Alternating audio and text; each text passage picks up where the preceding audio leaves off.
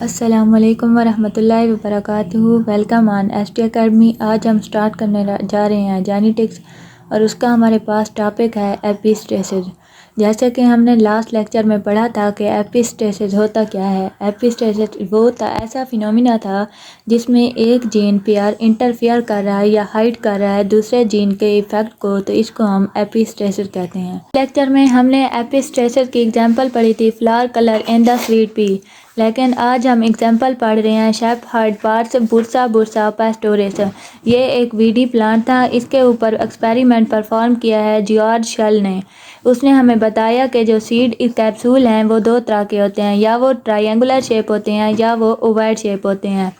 फिर उसने इन दोनों ट्रायंगुलर और ओवैड शेप सीड का आपस में क्रॉस करवाया। उसने जब क्रॉस करवाया पेरेंटल जनरेशन में हमारे पास ट्रायंगुलर शेप जो थे लार्ज ए और लार्ज बी था।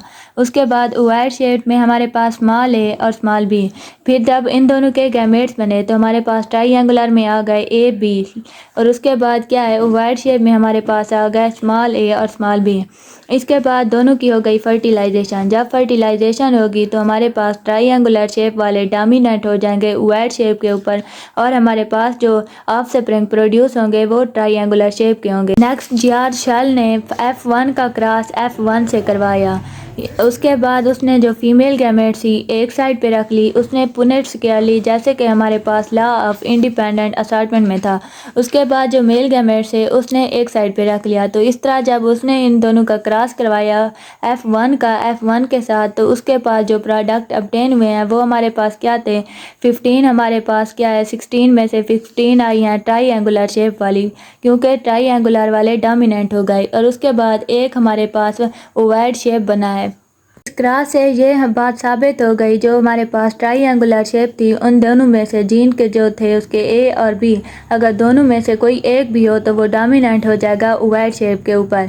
और जो ओवैड शेप सीड हमारे पास उस वक्त प्रोड्यूस होंगे जब हमारे पास क्या है प्लांट रख रहा होमोजाइगस रिसेसिव अलील रख रहे हों, यानी कि यहाँ पर भी दो स्मॉलर ए भी था, यहाँ पर भी दो स्मॉलर ए भी हैं। तो इस वजह से हमारे पास एक ओवैड शेप का बना जो कि होमोजाइगस था रिसेसिव अलील ऑफ 2 जीन्स के लिए, तो इस वजह से प्रोड्यूस हुआ है।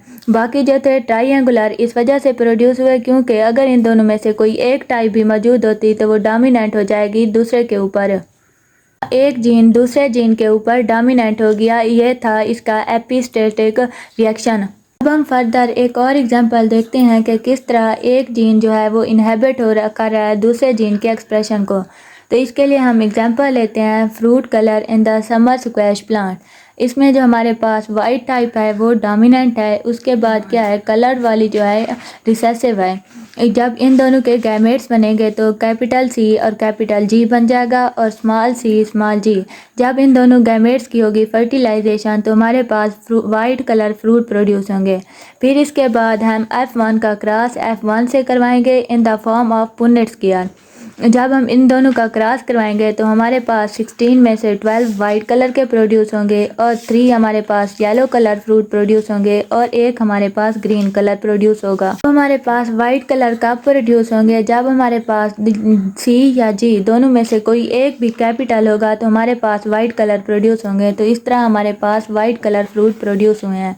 इसके बाद हमारे पास येलो कलर के फ्रूट उस वक्त प्रोड्यूस होंगे जब हमारे पास क्या है होमोजाइगस सी होगा। सी क्या है हमारे पास होमोजाइगस है, तो उस वक्त हमारे पास yellow colour seed fruit produce होंगे और वो कैरी करेंगे सिर्फ एक ही कापी कैपिटल जी की।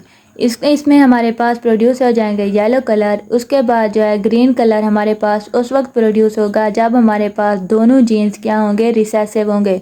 तो इस तरह क्या है एक जीन दूसरे जीन के एक्शन को इनहेबिट कर रहा है। ऐसे हमारे पास सी कैपिटल होगा तो वो वाइट कलर का प्रोड्यूस होगा, बाकी जीन्स को क्या है इनहेबिट कर रहा है। इसके बाद अगर हमारे पास एक कैपिटल जी भी आ जाए तब भी वो बाकी जीन्स के एक्शन को इनहेबिट कर रहा है। जब हमारे पास दो स्मॉल सी आ जाए तब भी ये दूसरे जीन्स के कलर को इनहेबिट कर रहे हैं।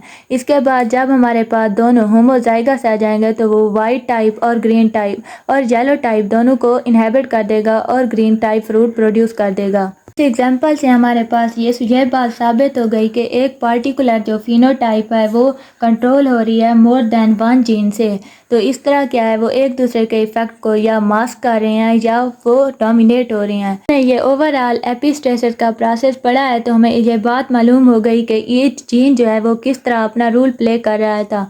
यह था हमारा एपिस्टेसिस का टॉपिक। आगे हम नेक्स्ट देखते हैं व्हाट इज़ पैलियोट्रॉपी। अगर अभी तक आप लोगों ने मेरे चैनल को सब्सक्राइब नहीं किया तो जल्दी से सब्सक्राइब कर लें ताकि मेरी आने वाली हर नई वीडियो आप तक पहुंच के। और वीडियो में कमेंट भी ज़रूर किया करें और इसके साथ वीडियो पसंद आने की सूरत में इसे लाइक करें और ज़्यादा से ज़्यादा अपने दोस्तों के साथ शेयर करें ताकि उनका भी कुछ बेनिफिट हो।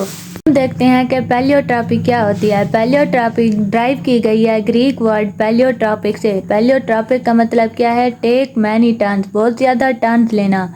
इसके बाद हमने ये स्टडी किया था कि फिनोटाइप इन्फ्लुएंस होती है मैनी जीन से। इसी तरह जब फिनोटाइप इन्फ्लुएंस होती है मैनी जीन से तो हमारे पास एक जीन भी इन्फ्लुएंस हो सकता है मैनी फिनोटाइप से।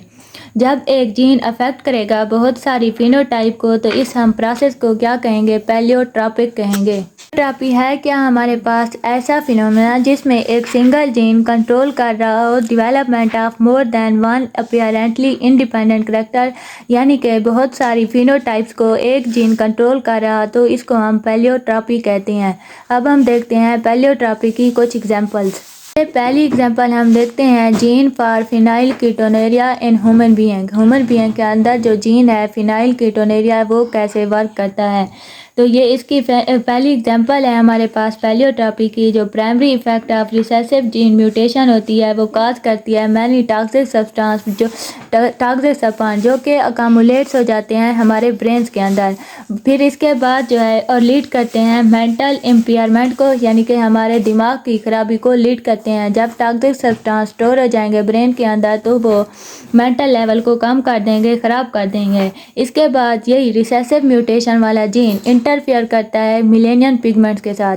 मिलेनियन पिगमेंट ऐसा पिगमेंट है जो कि कलर को कंट्रोल करता है। स्किन कलर है, आई कलर है या हमारा हेयर कलर है, इसको मिलेनियन पिगमेंट कंट्रोल करता है। जब ये रिसेसिव म्यूटेशन वाला जीन इंटरफेयर करेगा मिलेनियन पिगमेंट के अंदर तो वो हमारे हेयर का कलर जो है वो चेंज कर देगा, ब्राउन या ब्लॉन्ड हेयर बना देगा हमारे। अब हम बायोकेमिकल टेस्ट करते हैं ब्लड या यूरिन के अंदर पैलियोकीटोनेरिया, तो हमारे पास ये मालूम होता है कि जो नॉर्मल इंडिविजुअल है उसमें ये फिनाइल कीटोनेरिया के जो जीन हैं वो या रेयर होते हैं या बिल्कुल ही एब्सेंट होते हैं।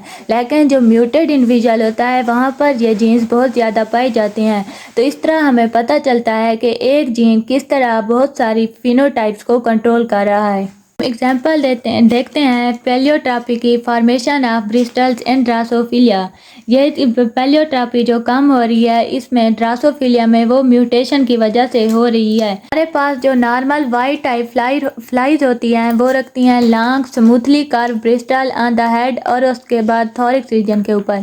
लेकिन जो हमारे पास होमोजाइगस फ्लाइज होती हैं with the mutation sign bristle mutation के साथ वो जो है रखती हैं हेड और थॉरिक्स रीजन के ऊपर जो ब्रिस्टल होती हैं उनकी वो शॉर्ट होती हैं और ट्विस्टेड होती हैं।